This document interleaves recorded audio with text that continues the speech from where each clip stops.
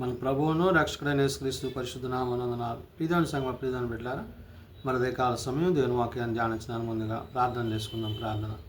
కృపగల తండ్రి, దయగల మేసయ్య, నీ బంగారు పాదాలకు లెక్కలేని వందనాలు, స్తుతులు, స్తోత్రములు. గతించిన రాత్రి అంతా నీ రేఖల చోటును కాచి కాపాడి సంరక్షించిన దేవా, మరదే కాల సమయం సజీవులు ఎక్కడి నుంచి ప్రార్థించుండగా వాక్యమైన దేవుడు వాక్యంతో నాతో మాతో మాట్లాడి మీరే మహిమగంతా ప్రభావాలు పొందమని యేసునామమున నడుచున్నాము తండ్రి. ఆమేన్. విద్యార్థి సంఘ ప్రధాన బిడ్డ నిడుదలకు ఏర్పాటు చేయడం వాక్య భాగము క్వింక్వాగేసి ఆదివారం కొరకు ఏర్పాటు చేయబడిన సువార్త వాక్య భాగము యోహాను సువార్త 12వ అధ్యాయము 23 నుంచి 36 వచనాలు ధ్యానం చేసుకుందాము. క్వింక్వాగేసి ఆదివారం కొరకు ఏర్పాటు చేయబడిన సువార్త వాక్య భాగము యోహాను సువార్త 12వ అధ్యాయము 23 నుంచి 36 వచనములు ఈ విధంగా రాయబడినవి. అందుకు యేసు వారితో ఇట్లనెను, మనుష్య కుమారుడు మహిమ పొందవలసిన గడియ వచ్చినది. గోధుమ గింజ భూమిలో పడి చావకుండిన ఎడల అది ఒంటిగానే ఉండును, అది చచ్చిన ఎడల విస్తారముగా ఫలించును. ప్రియదేవుని సంగమా, ప్రియదేవుని బిడ్డలారా, యేసుక్రీస్తు ప్రభువారు తండ్రి యొక్క చిత్తాన్ని జరిగించుటకు ఈ లోకానికి ఆయన పంపబడ్డారు.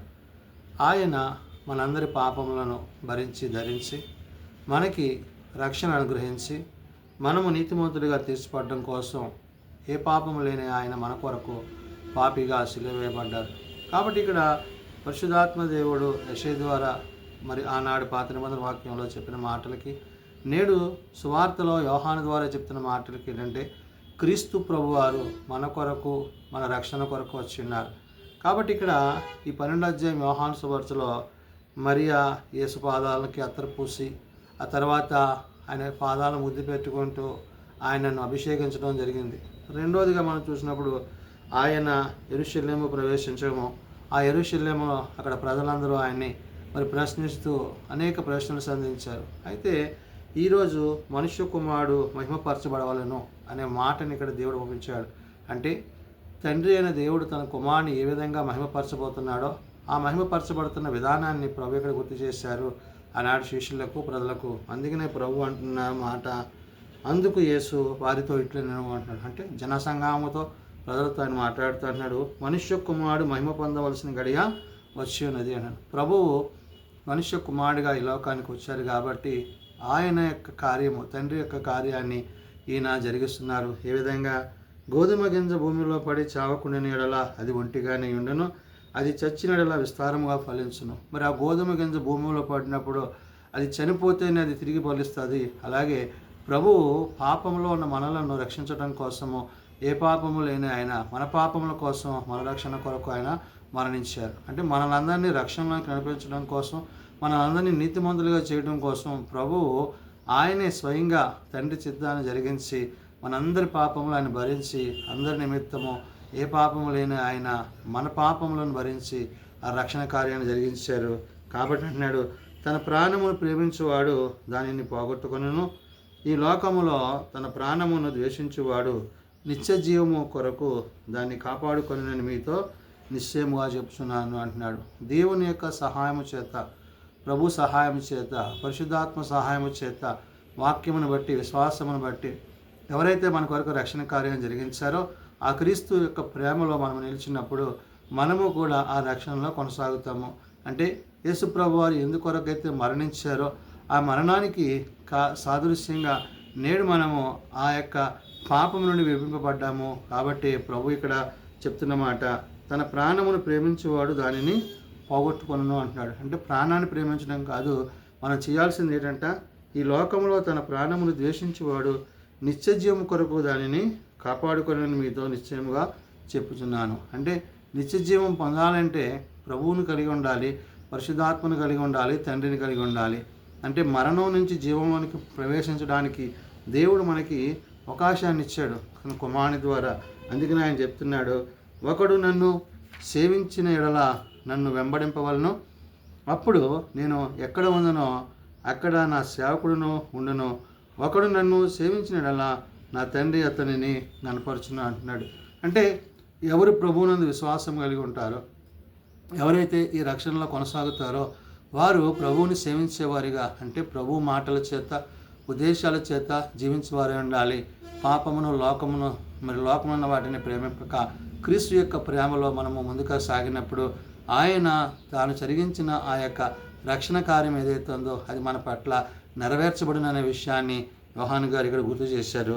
అందుకని ఆయన అంటున్నాడు, ఒకడు నన్ను సేవించిన యెడల నన్ను వెంబడించాలి అంటున్నాడు. ప్రభువుని సేవించుట అంటే ప్రభువుని కలిగి ఉంట, నిత్య జీవాన్ని కలిగి ఉంట. అప్పుడు నేను ఎక్కడ ఉందునో అక్కడ నా సేవకుడు ఉండును అంటున్నాడు. అంటే ప్రభు ఉండే చోట నీవు ఉండేలాగా ఆయన నిన్ను సిద్ధపరుస్తారు. కాబట్టి ఈ విషయంలో తండ్రి కూడా మనను ఆశీర్వదిస్తున్నాడు. అందుకనే ఒకడు నన్ను సేవించినలా నా తండ్రి అతనిని ఘనపరచును అంటున్నాడు. నువ్వు ప్రభు చేత ప్రభువును బట్టి నువ్వు జీవిస్తున్నావు కాబట్టి తండ్రి అయిన దేవుడు కూడా తన కుమారుని యందు ఎలాంటి ప్రేమను కలిగి ఉన్నాడో అదే ప్రేమ నీ యెడల కూడా తండ్రి అయిన దేవుడు కలిగి ఉంటాడనే విషయాన్ని పరిశుద్ధాత్మ దేవుడు గుర్తు చేస్తున్నాడు. అందుకనే ఇప్పుడు నా ప్రాణము కలవరపడుచున్నది, నేనేమందును, తండ్రి ఈ గడియ తటస్థింపకుండా నన్ను తప్పించుము, అయినను ఇందుకోసమే నేను ఈ గడియకు వచ్చి తిని అంటున్నాడు. అంటే ప్రభు పొందబోయే యొక్క శిలువ మరణము, శ్రమలను ఇవన్నీ కూడా గుర్తు చేస్తూ ఆయన చెప్పే మాట ఏంటంటే మనము ఆయన యందు విశ్వాసం ఉంచడం ద్వారా, ఆయన యందు కార్యములు కలిగి ఉండటం ద్వారా, ఆయన ఇచ్చే రక్షణలో మనం కొనసాగటం ద్వారా ఆయన మనలను తన నిత్యత్వానికి నడిపించును. కాబట్టి ఇప్పుడు నా ప్రాణం కలవరపడుచున్నది, నేనేమందును అంటున్నాడు. అంటే తండ్రి సహాయం చేత, తండ్రి దయచేత, తండ్రి కృపచేత నేడు ప్రభు మన కొరకు సమస్తాన్ని సిద్ధపరుస్తున్న విషయాన్ని చెప్తూ తండ్రి ఈ గడియ తటస్థింపకుండా నన్ను తప్పించుము అని తండ్రిని వేడుకుంటూ అయినను ఇందుకోసమే నేను ఈ గడియకు వచ్చి తిని. ఎందుకోసం అంటే మానవులను రక్షించటం కోసం. ఆది తండ్రులు తెలిసిన ఆ పాపం ఏదైతే ఉందో, మరి చేయకూడని పని అపరాధం చేసి మరి అజ్ఞాతిక్రమం చేసి పాపాన్ని తెచ్చారు. ఆ పాపాన్ని తొలగించడం కోసం ప్రభు ఈ లోకానికి వచ్చి రక్షణ కార్యాన్ని జరిగించారు. కాబట్టి తండ్రి నీ నామము మహిమపరుచుమని చెప్పాను, అంతటా నేను దానిని మహిమపరిచితిని. తండ్రి చిత్తాన్ని జరిగిస్తూ, తండ్రి ఉద్దేశాన్ని నెరవేరుస్తూ ఆయనకు మహిమకరముగా ప్రభు ఉన్నారనే విషయాన్ని ప్రభు ఇక్కడ గుర్తు చేశారు. మరలా మహిమపరుతునని ఒక శబ్దము ఆకాశం నుండి వచ్చాను. అంటే ప్రజలందరూ వినులాగిన ఆయన తండ్రి అయిన దేవుడు తన కుమారుడైన ప్రభుకి ఎట్టి రీతిగా సహాయపడుతున్నాడు అని పరిశుధాత్మ దేవుడు అక్కడ వాక్యము ద్వారా, ఆత్మ ద్వారా మాట్లాడిన సందర్భము. అందుకనే తండ్రి నీ నామం మహిమపరచునని చెప్పాను, అంతటా నేను దానిని మహిమపరిచితిని, మరలా మహిమపరుతునని ఒక శబ్దము ఆకాశం నుండి వచ్చాను. అవును, ఆకాశం నుండి వచ్చిన ఆ యొక్క శబ్దము మరి దేవుని యొక్క మాటను, దేవుని యొక్క ఉద్దేశాన్ని, తండ్రి యొక్క చిత్తాన్ని జరిగించింది. కాబట్టి అక్కడ నిల్చుండి వినిన జనసమూహము ఉరిమెను అనేది, మరికొందరు దేవదూత ఒకడు ఆయనతో మాట్లాడాను అనేది. అంటే పరలోక సంబంధమైన విషయాలు అక్కడ ప్రభు దగ్గర జరిగినప్పుడు ఆ చూచిన వారు, విన్నవారు, ఆ స్వరాన్ని విన్నవారు ఆశ్చర్యపడిపోయారు. అంటే ఈయన ఎటివాడో, ఈయన ఎలాంటి వాడో అనే విషయాలు వారు గ్రహిస్తున్నారు. అయితే అందుకు యేసు ఈ శబ్దం నా కొరకు రాలేదు, మీ కొరకే వచ్చాను అన్నాడు. ప్రభు చెప్తున్న మాట అంటే ఇది నా కొరకు కాదు, మీ కొరకే వచ్చింది. అంటే మీరు సిద్ధపాటు కలిగి ఉండాలి, మీరు రక్షణలో రావాలి, విశ్వాసంలో కొనసాగాలి, మీ పాపాలను, మీ అతిక్రమాలను మీరు విడిచిపెట్టి తండ్రి యొక్క చిత్తాన్ని జరిగించాలి అనే విషయాన్ని ప్రభు చెప్తూ ఇప్పుడు ఈ లోకమునకు తీర్పు జరుగుతున్నది, ఇక్కడ ఈ లోకాధికారి బయటకు త్రోసివేయబడను అంటున్నాడు. అంటే అపవాది కార్యాలు, అపవాది తలంపులు, అపవాది ఉద్దేశాలు ఏవైతే ఉన్నావో అవన్నీ కూడా తండ్రి అయిన దేవుడు శిక్షించబోతున్నాడు. కాబట్టి క్రీస్తుని మనం కలిగి ఉంటే చీకటిలో నుండి వెలుగులోనికి మనం ప్రవేశించేవారుగా ఉంటామో ఆ వెలుగు ప్రభు అన్నారు. ఆ ప్రభువుకి కలిగిన వెలుగులో ఆయన మహిమను మనం చూడగలమనే విషయాన్ని చెప్తున్నాడు. అందుకే నేను భూమి మీద నుండి పైకెత్తబడిన యెడల అందరినీ నా యొద్దకు ఆకర్షించుకుందునని చెప్పాను. అంటే ఇప్పుడు యేసుప్రభు వారు వచ్చి మరణించి మరి సమాధి చేయబడి 3వ దినాన్ని తిరిగి లేచారు. ఎందుకంటే మరణాన్ని గెలిచినవాడు. ఏ మరణమైతే మాన మీద ఏ విడుదల చేసిందో ఆ మరణాన్ని కొట్టివేసి ఆయన మనకు రక్షణ ఇచ్చారు. కాబట్టి ఆ రక్షణ విషయాన్ని ప్రభు ఒకటి చెప్తున్నారు, నేను భూమి మీద నుండి పైకెత్తబడిన యెడల అందరినీ నా యొద్దకు ఆకర్షించుకుందని చెప్పాను అన్నాడు. అంటే అందరూ కూడా ప్రభుతో జీవించడానికి, పరలోకంలో తండ్రితో ఉండడానికి యోగ్యత, అర్హత ప్రభు ద్వారా మనం కలిగి ఉంటామని చెప్తూ తాను ఏ విధముగా మరణము పొందవలసి ఉండేనో సూచించుచు ఆయన ఈ మాట చెప్పాను.